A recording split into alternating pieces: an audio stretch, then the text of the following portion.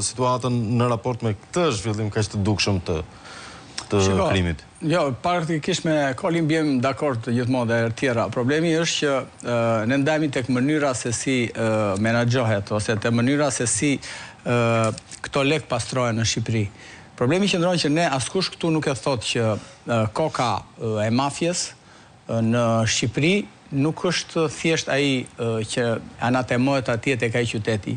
Këtu problemi qëndron që mafja është vetë shteti, sepse shteti u jep këtyre të gjitha pasuritë e paluajshme të vetat, që janë toka, dhe u thot, ik investo atje tek ajo zona atje, po shpronari, po lere pronari, merja pronari, ik lere pronarin, tiki jashtë shtetit, mërzite, vrite, godite, të trembe, tiki jashtë. Pra, këtu është vetë shteti i cili e stimulon këta persona, duke ditur backgroundin e tyre, duke ditur ku i kanë gjetur këta aparat, dhe kështu që nuk ka se si ne ta ndajmë atë individin nga shteti, qoftë nga pushteti lokal, qoftë edhe nga pushteti qendror, sepse këtu lejet, ne dim shumë mirë, këtu lejet për resorte, për ndërtime, mbi sa kate janë, mbi 5 kate kështu me radhë, i ka kryeministri. Mbi 9, i ka kryeministri.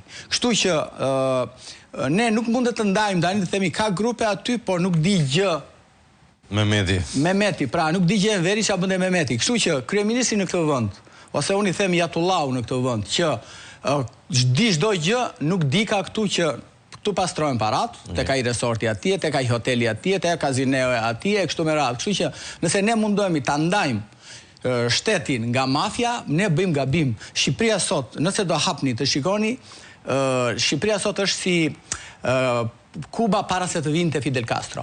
Ka qenë Batista atje, ka drejtor Batista. Batista, nëse do të shikoni filmat amerikan, po dhe Padrino, po deshet ju, ishte, thosh, i venin këta mafiozët nga Amerika dhe ai thosh, ku e do ti me dorja, bënte, do tokën atje, ikte ka i anë detit atje, ndërtoat resortin, ndërtoat kazinon. Pra, kështu vepron sot edhe kryeministri i Shqipërisë. Original Batista.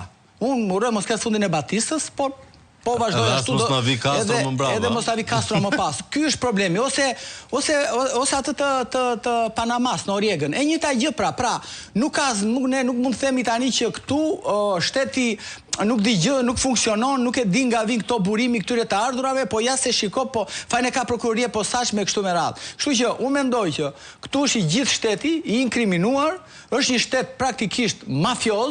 praktikisht mafioz, që unë nuk e dalloj dot nga Sicilia. Sicilia e viteve, kur ishte e viteve 80, kur të gjithë ata deputetët, të gjithë senatorët, të gjithë kryetarët e bashkive, të gjithë këshillet bashkiake, zgjidheshin nga mafia mor. Salvo Lima, pastaj ata e vran Salvo Limën se doli, nuk ju binde kështu me radhë, e vrau Totorina. Kështu që këtu kjo është gjendja e Shqipërisë. Sot ne jemi një vend sa Sicilia apo jo. Origjinal ne jemi Sicilia e viteve 80. Tani mësuaj këtu deputetë, zgjidhen nga mafia. Jo, ajo tha mora 6.000 vota demokratës. Ore, nuk bëj emra fare, unë nuk jap për emra këtu, Flavio, nuk jap kënaqësinë asnjërit unë t'i bëj emrin, t'i zë emrin në gojë, t'i ngrev vlerat. Problemi qëndron që këtu ne diskutojmë për parime. Parimi është ky. A këtu zgjidhet nga mafia, kryetari i bashkisë, a zgjidhet nga mafia? Apo jo? Disa bashki po.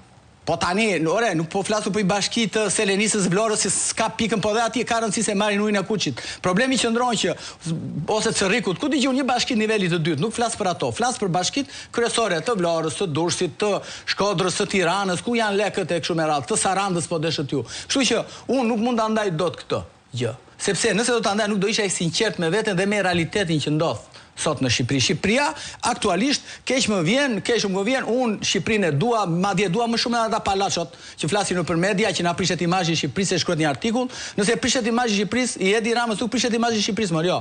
Se Shqipëria ka qenë këtu pa Edi Ramën, ka qenë këtu me së gjyshin tim, do vazhdoj të jetë me fëmijët tanë. Ky është problemi. Problemi këtu është që a ka shteti është mafioz apo s'është mafioz? Për mua është një shtet mafioz, kaq. Tani pyetja është, agjensitë partnere dhe roli i tyre,